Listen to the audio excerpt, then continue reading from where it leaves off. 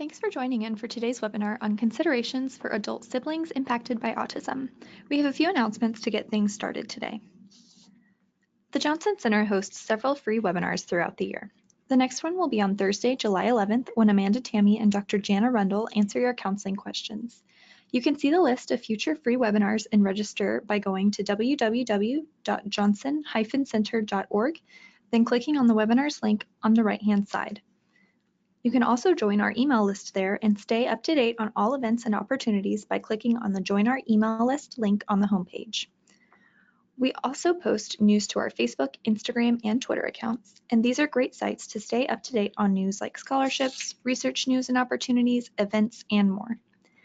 And be sure to check out our library of past presentations on our YouTube channel at www.youtube.com/The Johnson Center. We currently have some terrific family support programs, including grants and sliding fee scales for diagnostic services, counseling support, sibling camps, and more. There is still space available in our last sibling camp of the summer coming up in August.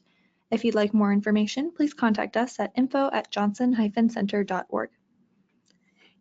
And be sure to follow our colleagues at the Autism Research Institute, as they also host several great webinars and share some great resources on their website and social media pages.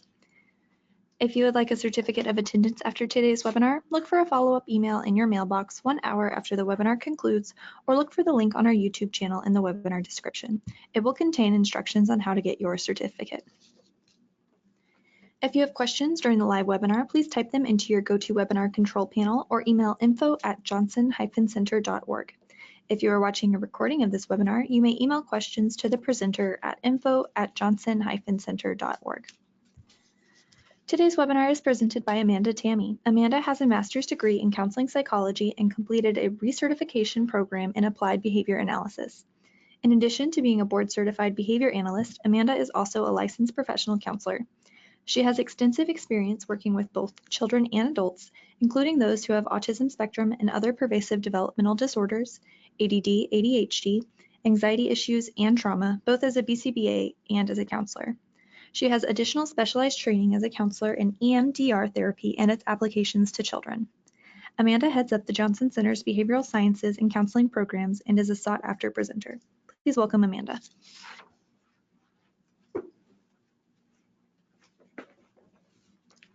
Thank you, and thank you all for being here today as we talk about the conversations that siblings and parents of individuals affected by autism need to have about future planning. Please know that this webinar is for informational purposes only, and I'm going to be unable to offer advice or respond to individual or case-specific questions during the webinar or through email afterward. For more detailed information about the concepts discussed in this webinar, see the resources listed at the end and consult an estate planning attorney for information about your specific circumstances. For medical or mental health concerns, consult your healthcare provider or contact the Johnson Center to schedule an appointment for any case-specific questions. Please know that I am not an attorney, a financial planner, or any other professional with expertise in the areas of legal rights, guardianships, trust, estate plans, and many of the other considerations we're going to discuss today. So for specific information on any of these topics, consult your attorney or financial planner. There is an overview of lots of these topics, lots of these concepts available on the Johnson Center's YouTube channel. The Johnson Center does have a webinar that covers what most of these topics are and the legal rights around them. So please check out that webinar for more specific information. But for anything case specific, you will want to get help from a professional. What I am is someone who provides support in the form of mental health counseling, both to people with autism and to their families, including a lot of adult siblings of people with autism. And I have heard so often the challenges that the siblings face as their parents age, and the responsibility of caring for their sibling with autism falls to them. And often many of my clients who are in that position unfortunately have not had these kinds of conversations with their parents. So they're kind of lost. They have not had opportunity to prepare for or plan for this huge transition and this huge responsibility that they're now facing. And it's the source of a lot of stress, and it's the source of a lot of conflict and relational stress. So I hope that through this webinar, you'll get some ideas of how to have these conversations and prepare for that type of transition, so that if you are a parent of someone with autism and other children are, the plan is that your other children will be caring for the person with autism, that you can take some of that stress off of them and improve their ability to be an effective caregiver, but also live healthy and happy lives for themselves. A couple of statistics to get us started. Now, this is according to research by Peter Gerhardt, and let me just mention that this research that I'm quoting from is about 10 years old. So the autism population is highly varied. So the actual rates that I've listed here may differ depending on the sample and severity of autism symptoms, and hopefully things have improved in the last 10 years, but these numbers will give you an idea of what we're dealing with and the necessity of planning. 85% of adults with autism lived with their parents, a sibling, or older relatives. So someone in the family was responsible for caring for the adult with autism. 19% of individuals with autism were employed. Again, this was 10 years ago. I don't have more recent statistics, but I certainly hope that as awareness and opportunities for people with autism in workplaces have increased, that so has this number, but I don't know that for sure. And 75% of people with autism who were employed worked less than 20 hours a week. So even of those who were employed, the majority of them were underemployed, were not working full-time or anywhere near full-time. In addition, in the United States, many parents of adults with autism say, "I can never die." They know that their adult child, depends on them, and how are they going to live? How are they going to survive once the parent is no longer there to care for them? There are unfortunately limited options for independent living, and there are very long wait lists for supported living facilities. So the responsibility often falls to siblings or other family members once parents are unable to care for them. And a lot of parents worry about possible risks that their adult children with autism will face if the parents are not there to care for them. Are they going to be abused or neglected by caregivers if they have to live in a supported living facility? Are they going to be well taken care of? Are they going to have all of their needs met? That's a huge concern for a lot of parents. And there is a national shortage of direct care workers. So what is available, is very limited, regardless of what you're looking for care for. But the reality, unfortunately, is that parents will die. We all will die, including every parent of a child with autism. And often the responsibility of caring for the adult child with autism falls to siblings. And the vast majority of adult siblings of people affected by autism have no knowledge of their parents' plan for their sibling after the parent dies. We're just not talking about what happens next. So today we're going to talk about some barriers to communicating about these topics and what prevents people from having these conversations. We'll talk about what we need to include in a transition plan and what we need to be talking about. And I'll go over just a couple of tips for transition planning and how to have these difficult conversations. So some barriers to communicating about the topics. The first one is avoidance. the parents, the children, or both may be trying to avoid having the conversation. And there's lots of reasons for this. First of all, it is hard to talk about death and dying. No one wants to think about that, let alone talk to their kids or their parents about what's going to happen when parents die.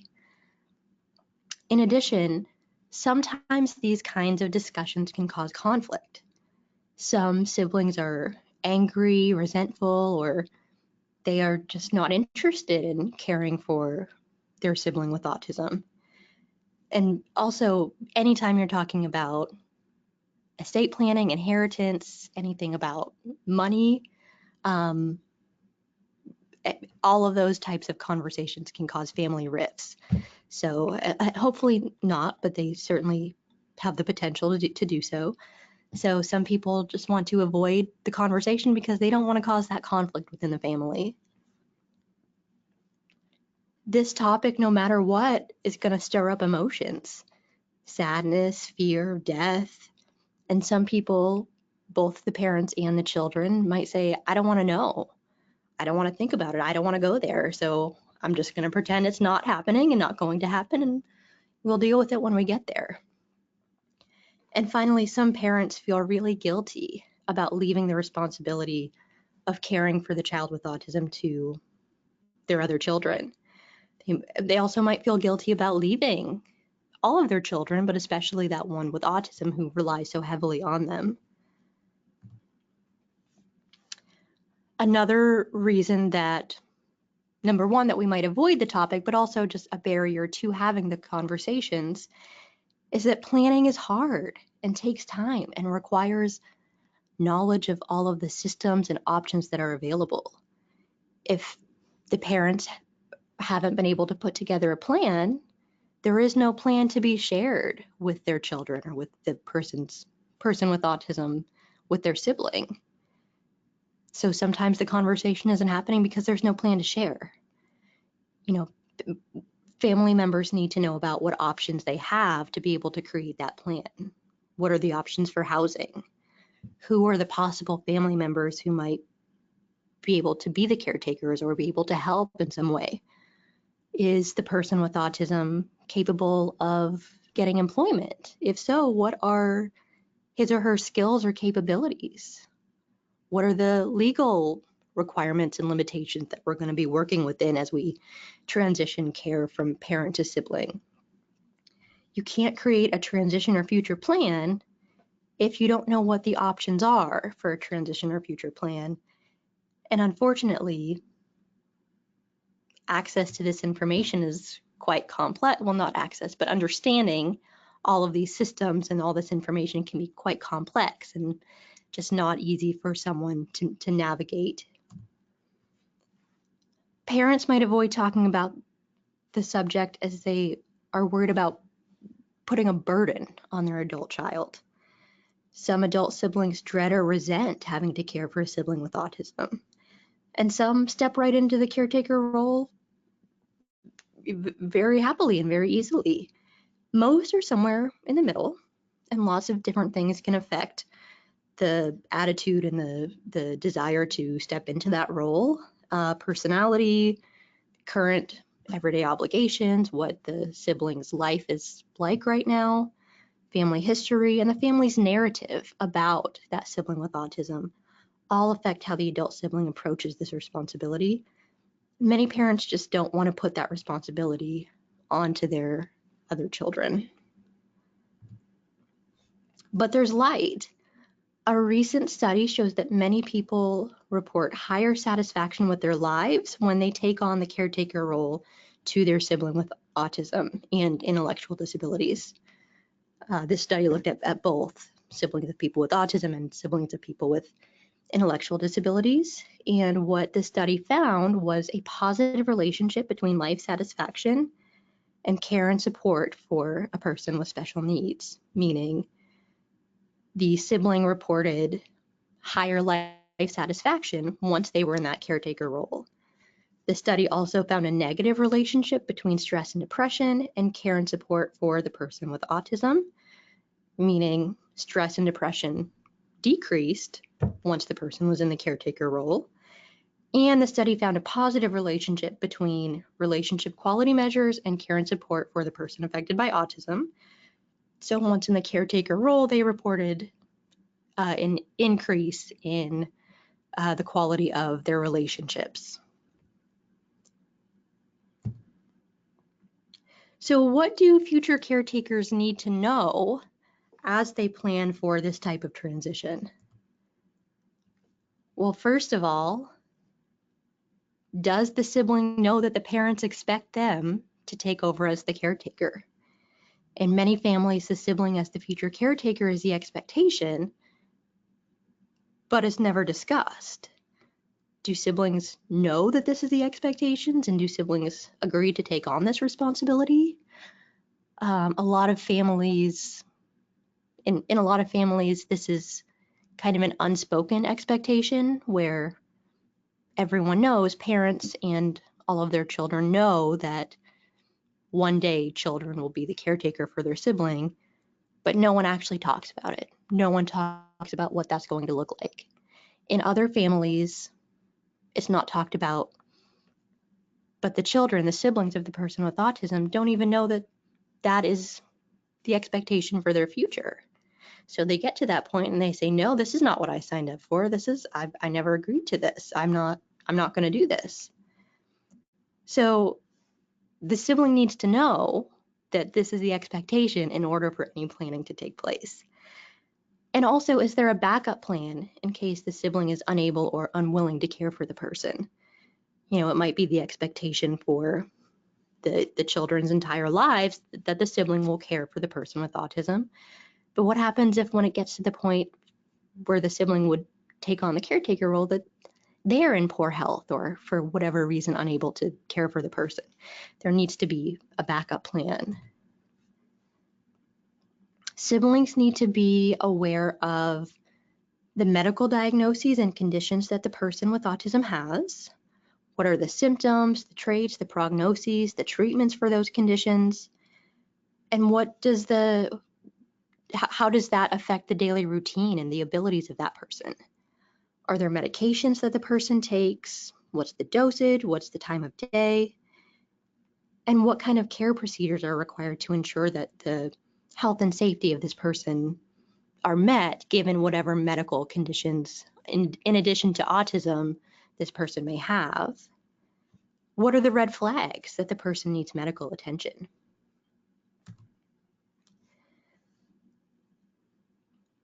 Interestingly, some of the biggest challenges to a sibling caretaking relationship are misunderstandings of their diagnoses, autism and others, but understanding autism actually increases satisfaction in the caregiving relationship.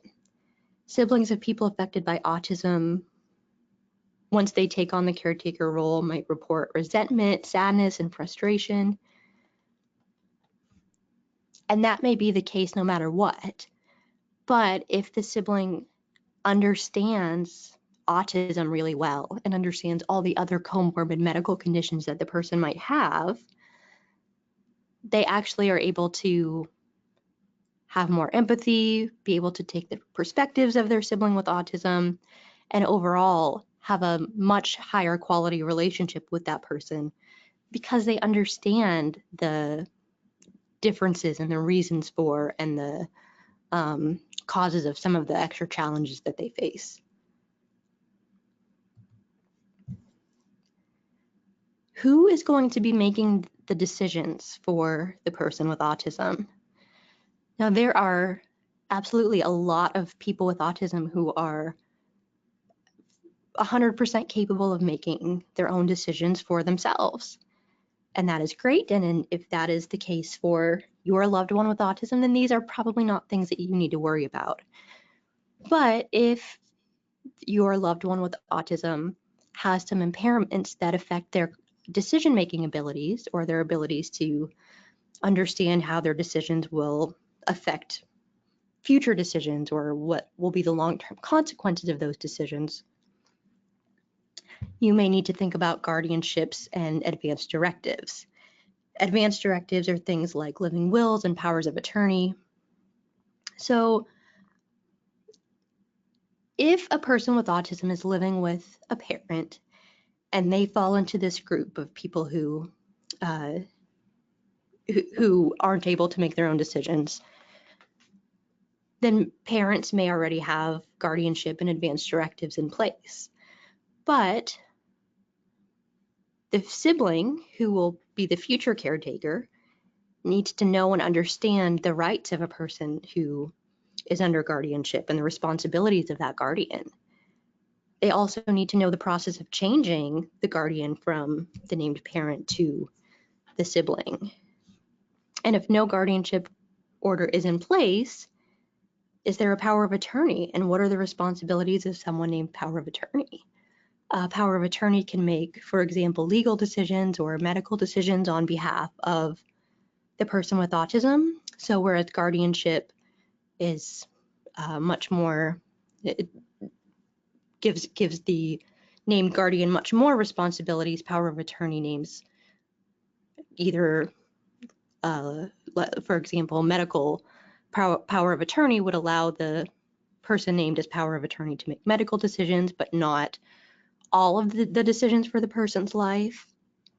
So what, the person who is named as the guardian or power of attorney needs to know what their responsibilities are and how far those go. And documentation to name someone as power of attorney in case of incapacitation. What if the sibling becomes incapacitated or can't make those decisions anymore? Who is next in line? When thinking about a financial plan, there are so many things to consider, and this can be one of the most complex and difficult areas to make decisions because there's so much that can go into it. But we need to start by identifying and prioritizing goals for the person with autism. Identifying and prioritizing goals should include, any conversations about that should include the person with autism. We need to be incorporating them into these conversations, allowing them the opportunity to tell us what they want and what's most important to them. But when we identify and prioritize goals for that person with autism, we may also need to be thinking about it in the context of that person's new life. And how are we going to be able to identify and prioritize those goals? If now the person caring for them also has 2 other young children, and how is that going to affect finances that are available, and what are the opportunities that we can make available to this person? So we need to think about it in that way too. You make a list of assets and expenses, and that's including both personal assets, what any property that's owned and what's in bank accounts, but also government resources that the person with autism might be eligible for. And is this enough to meet those financial goals? If not, we need to plan to increase the resources or to decrease the expenses of the goals. And this is something that needs to be reviewed and monitored regularly. So while parents are still alive and able to care for the sibling, it's great if the whole family can get together, or the person with autism, it's great if the whole family can get together and go through this information and discuss it so that when parents are no longer able to care for the person, this information is already known by the new caretaker and can easily pick up and doesn't have to figure it all out for themselves. They can be part of the review that happens every year or however often you're doing it. Now, when identifying assets and expenses, again, there's lots to consider. What is available, to whom, and how much? And who's going to make the decisions about the money? Is the person with autism capable of managing their own finances? If so, great. If not, who is going to be making those decisions and managing the money? How far will that money go? And how will that impact the affected person's monthly income and expenses? Given the money that they're bringing in each month, does the money does what we have in assets and the money that they'll be able to bring in meet our needs? There are lots of different sources for money that need to be considered. So a person with autism may be able to get a job, to have employment, and that would be great. And so they might be able to bring in a monthly income because they are working. However, if they are not, they might qualify for Social Security and disability, which would be monthly income from the government, but there are very strict requirements about who is eligible and what qualifies the person to receive that Social Security disability money. One of those things is that the total assets that the person with the disability has cannot exceed a certain amount of money.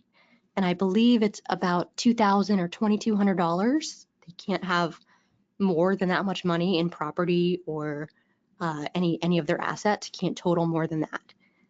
So if a person would qualify for Social Security and Medicaid based on their diagnoses, but they have a house that's in their name, or they have inherited money from their family, and so they have, money in a savings account, that disqualifies them from being able to get that money monthly from the government. So one of the ways to manage that is to use what's called a special needs trust, which is a special type of trust, of investment account, that a person who qualifies because they have some type of disability can have money in the special needs trust, and that does not affect, that is not considered in their total assets that would qualify or disqualify them from receiving Social Security. So I say all that because when we're talking about aging and death and dying, inheritance, life insurance, retirement accounts, anything that the parents have is going to be left to someone in their estate plan, in their will, or designated as the beneficiary of those plans. And so we need to be considering, as we're naming beneficiaries and as we're creating our wills, what we're going to do so that the person with autism can receive that money to help them live and pay any daily expenses that they will need, but also is not going to affect their ability to receive their Social Security income. And so one of the ways that we can work around that is with a special needs trust. You might also be wondering, okay, so if by putting my child with autism in my will or designating them as a beneficiary, that's going to prevent them from getting government benefits, maybe I should just not leave them any money and leave all my money to someone else, in which case the government would have to step in and provide for my child with autism. And that is not necessarily the case. It's possible that your will could be contested so that some of that money does go toward the care of your child with special needs. And in that case, it would be the government deciding how much and what to do with it, and not yourself. So it is much better to create a plan, to plan for the financial needs of your child rather than risk not doing anything, and what you do hope to happen is nowhere near what does happen. Finally, when financial planning, you'll need to name a trustee. Well, if someone else other than the person with autism is going to be managing that person's finances, you would need to name a trustee. A trustee is responsible for managing any of the assets that are held in a trust, including things like tax filings, distributions, anything related to that trust or the source of that money. This can be the same as the person you have named as the guardian or power of attorney, but it doesn't have to be. And someone can have a trust. So someone with autism can have a trust that is managed by a trustee, even if that person with autism does not have a legal guardian or does not have, someone who's making other decisions for them. It's still possible to have their money managed by a trustee if that's the decision you want to make. Vocational and educational considerations. What is it that we want for this person with autism, and what does this person with autism want for themselves as far as employment and their education? Are there educational or vocational programs that they would qualify for? And if so, what are the requirements? What needs to happen? If there's a program that you're already planning for him or her to go to, make sure the siblings know that so that they can follow through and make that happen. As we are thinking about employment, about vocational opportunities, we again need to think about income, money. Are they receiving Social Security disability? If so, then we need to make sure that any money that they're earning from their employer is not exceeding the maximums allowed by Social Security or disability, or that the money that they're making from their employer is at least as much or more than what they would be getting through Social Security and disability, so that we're not falling short when it comes time to pay for expenses. And any educational or vocational program is going to come with costs. How are we going to pay for that? Is there money already set aside? Excuse me. And finally, if the person with autism is someone who can absolutely have a job, is capable of doing something, has some skills, has something that they can do, what are the options that are out there to help them find a job and be successful and maintain a job? Are there job coaches? Are there employers who have special programs for bringing on people with autism? What are those resources that are out there? And again, this is one of those areas where even the parents might not know what resources exist. So if parents don't have a plan for that because they don't know what their options are, they can't communicate that to the siblings. So as you're looking at transition planning and starting to have these conversations, it might be a reminder to look into, are there other options that I don't know about? What is the housing plan? Some people with autism are able to live completely independently. And so they may be able to have their own house or apartment. They may be able to pay their own bills. They may be able to transport themselves wherever they need to go. And so they can, this may not have to be a concern for some people. For others, there needs to be a plan that we are sure that this person is going to need support no matter what. There are supported living and group homes that are options. These are homes that are run by the state, and there would be several people with various disabilities living in the homes, and there would be staff there 24 hours a day providing care for the people who live there. However, there are often very long wait lists to get on to get into these group homes. If supported living or a group home is the plan for your loved one with autism, then your other children, the sibling of the person with autism, needs to know, number one, that that's the plan, but they also need to know about the wait list. How long is the wait list? What do I need to do to keep this person on the wait list? How will I know when their number is up on the wait list? And what is the plan until it's their turn? Where's this person going to live until they can get into supported living or group home? There's in-home direct care. So for some people, The person might live with a family member, but Medicaid or other government programs can help to pay for respite care workers or attendants to come and provide care for the person with autism so that it doesn't all fall on the sibling caregiver. And finally, the person might live independently or live with their sibling or other family members. And as I said earlier, this is most often the case, that some family member of the person with autism ends up being the primary caretaker for the person with autism.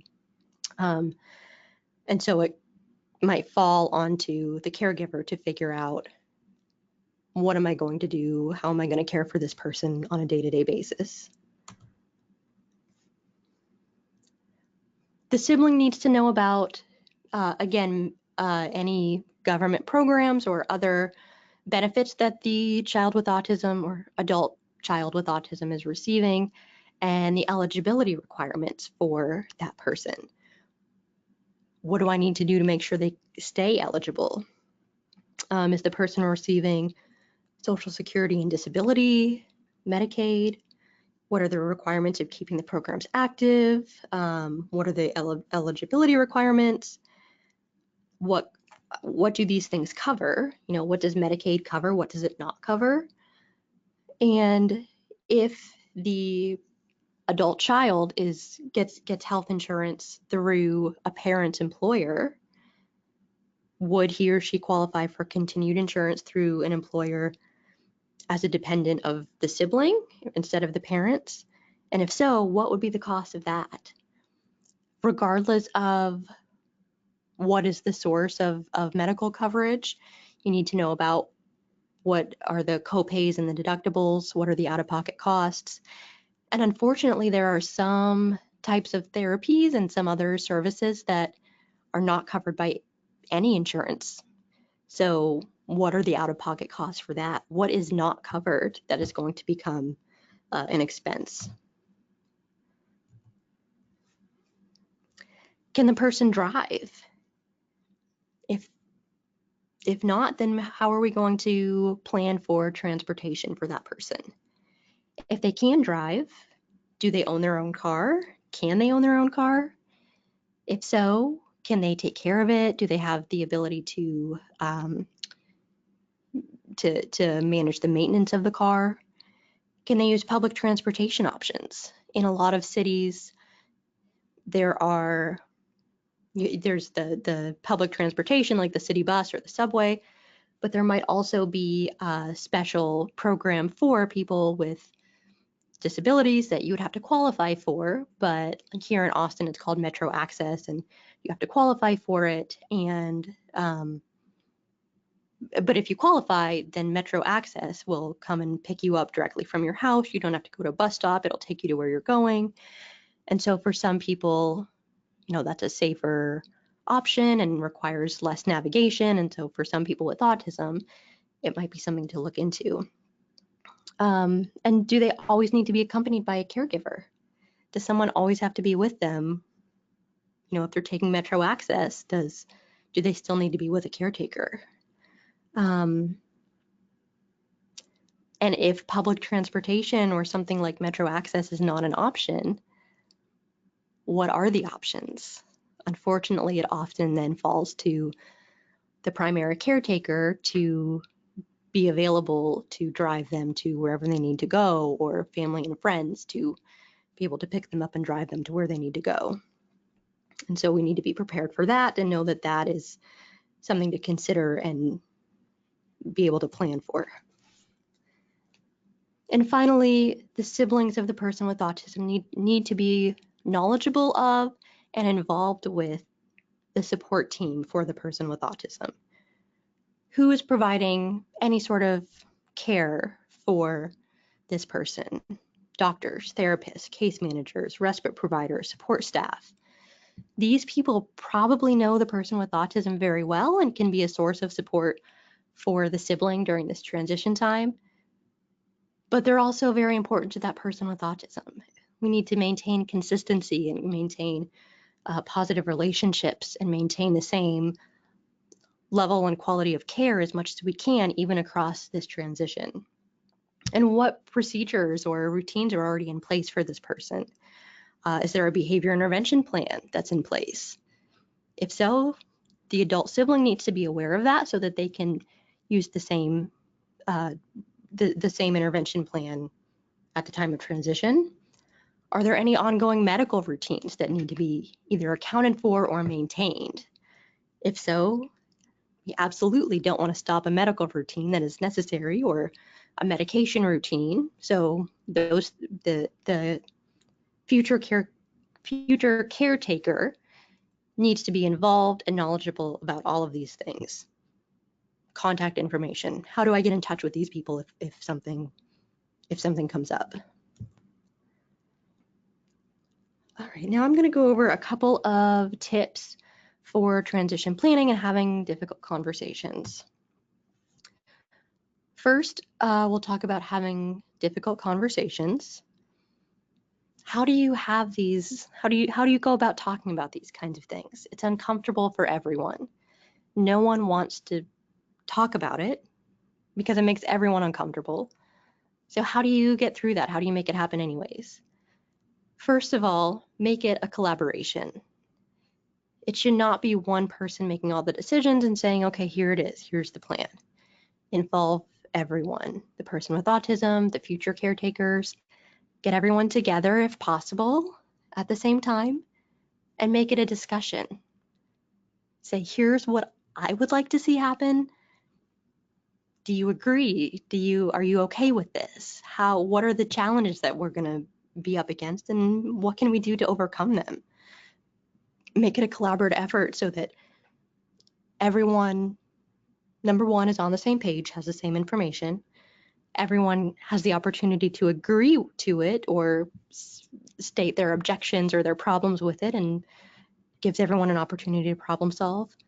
And it also helps to get everyone's buy-in. Like, yes, I agree with this and I'm going to be more willing to go along with it when this time comes. Be friendly and empathic. These are really hard conversations for everyone.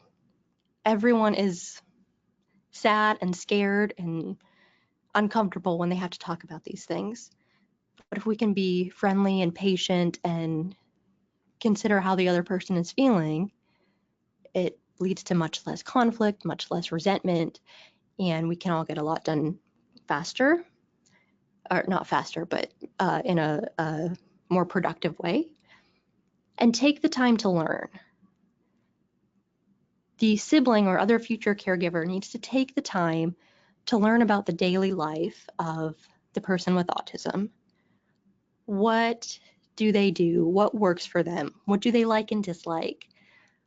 Why do they do or need certain things? If the future caregiver can take the time to really make sure that they know not only their sibling with autism, but know about their routines and their living situation, that can go a long way in helping that sibling replicate those same types of conditions or respond in a way that's most effective during a really difficult transition time. We can't expect a person with autism, when the time for transition comes, to up and move out of their living environment and move into a new place where everything is different and everyone acts differently and everyone's responding to them differently. And for that to go well, that's going to be really hard. So how can we keep everything the same and make sure we're understanding so that we can make the transition as easy as possible? So important that we ask and consider what the person with autism wants for him or herself, for his or her future. Since the sibling is just stepping into the caregiver role, it might be something that they don't, give a lot of weight to doing, is recognizing what their sibling wants or what's most important to them. And it may be that even the parents haven't really ever asked or brought the person with autism into the conversation. They haven't made it collaborative in that way. So that has just never been how things, were done. But to the extent that the person with autism is capable of being part of the conversation, they need to be part of the conversation.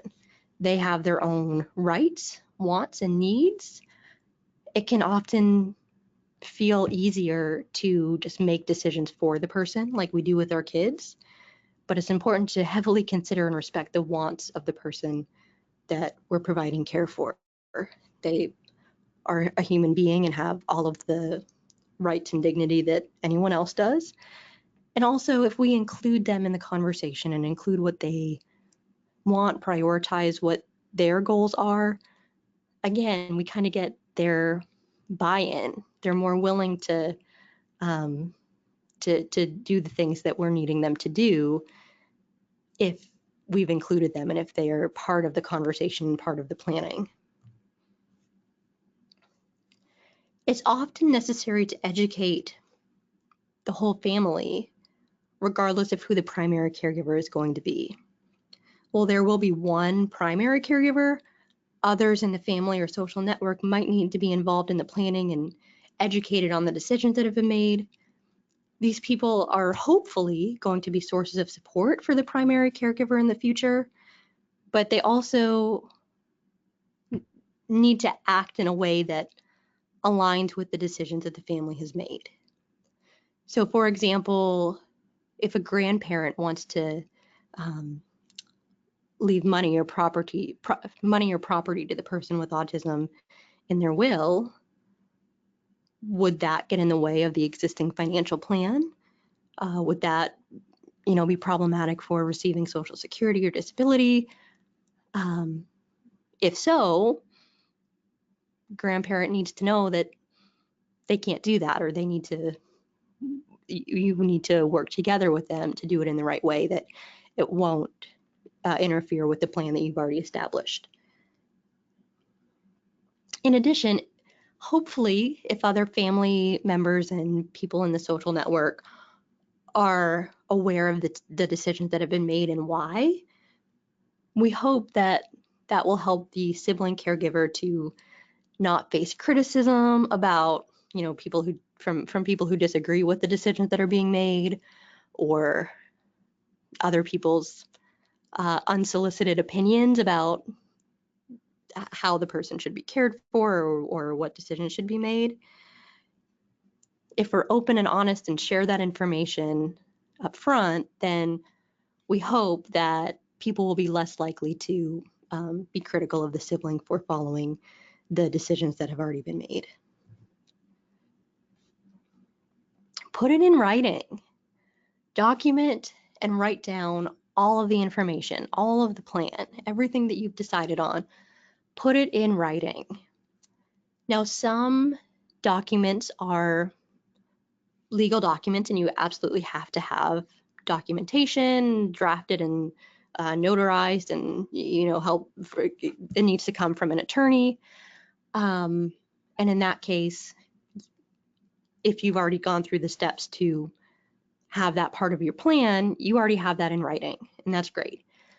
But there are other things that are not legally binding, so you don't have to have it doesn't have to be in writing. But if you have it in writing, it's much easier to follow the plan. So you can create what's called a letter of intent. And there is a link here to a website, bridges4kids.org, that has a template of a letter of intent. A letter of intent is a document that parents create that describes everything they want for their child, everything they have planned, all of their expectations for education, activities, their living situation, their hopes, desires, goals, everything that they want and expect, and that they would try to make happen for their child if they continue to be the caregiver. If parents continued to live and be able to provide the care for their child with autism, this is what we would do. This should include higher level stuff, like we want this adult child with autism to attend this specific vocational program, and here is how we were going to pay for it, and here are all the requirements. But it also should include other just more general living information that the guardian or advocate or trustee or whoever is involved in your child's new care is going to need to provide them that care. Things like what's their daily routine? What are their weekly and monthly schedules? What are their likes and dislikes? Just sufficient information to make a transition from this living arrangement to a new living arrangement successful. What works, what doesn't. Here's exactly how you should handle certain situations. Anything that a new person coming into the person's life would need to know, you need to include it in this letter of intent. Now, I don't mean to say that adult sibling would be a new person coming into the person with autism's life. However, the adult sibling is coming into a new role. And so the more information you can provide, the better. So write it as if you're writing to someone who is brand new and doesn't know the child, so that everything you can think of that this person might need to know is documented and they can refer back to it should they need it. Now, like I said, a letter of intent is not a legal document, so you can write it and rewrite it as much as you want. Experts suggest reviewing and revising it at least once a year, and I would suggest reviewing and revising it again as part of a collaborative process, including everyone involved.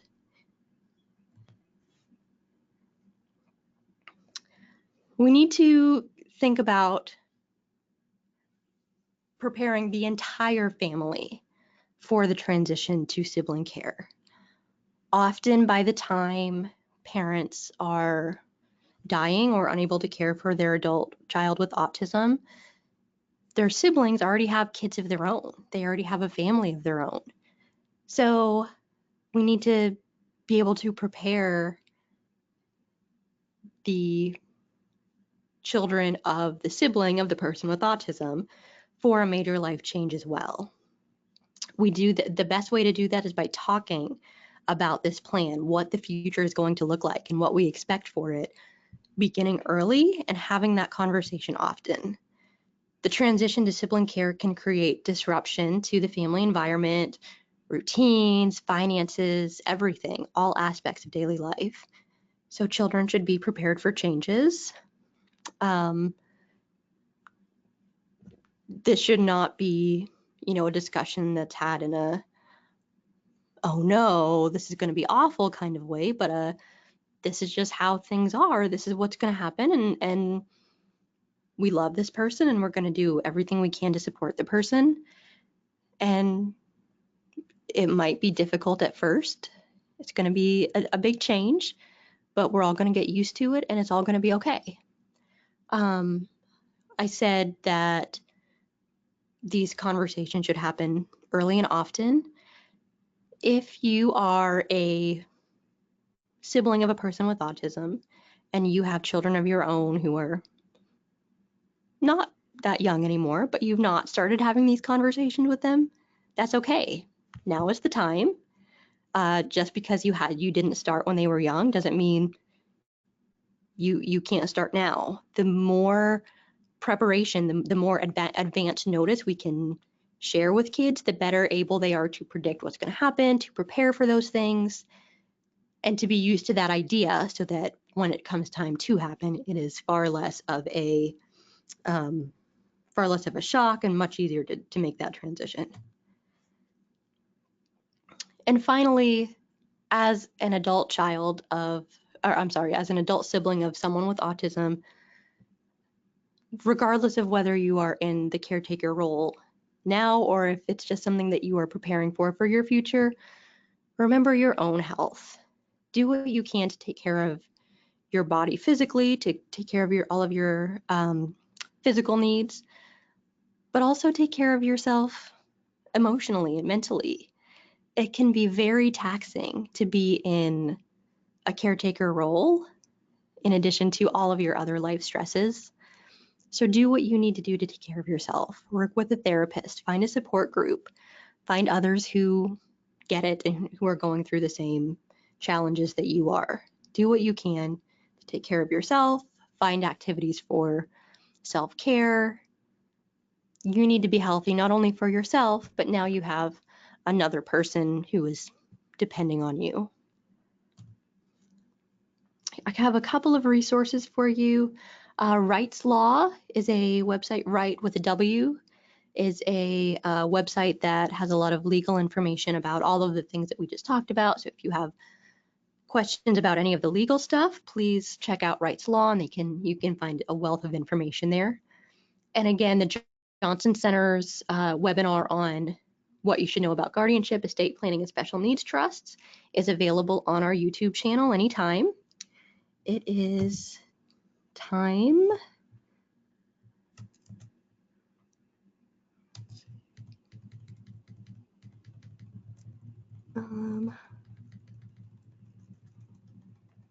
Okay, I can't. All right, I don't think I have time to answer questions, but I will look at what the questions that have been submitted, and if I can, I will try to respond by email. If you would like a certificate of attendance, look for a follow-up email that'll be coming in the next 24 hours. This will have a link to a short quiz that once you successfully complete it, it'll allow you to download a certificate of attendance. To receive updates on the webinar schedule, follow us on Facebook or Twitter or Instagram, or sign up for our email notifications.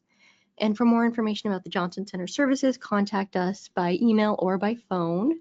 And thank you so much for being here today. I hope that this was a helpful topic.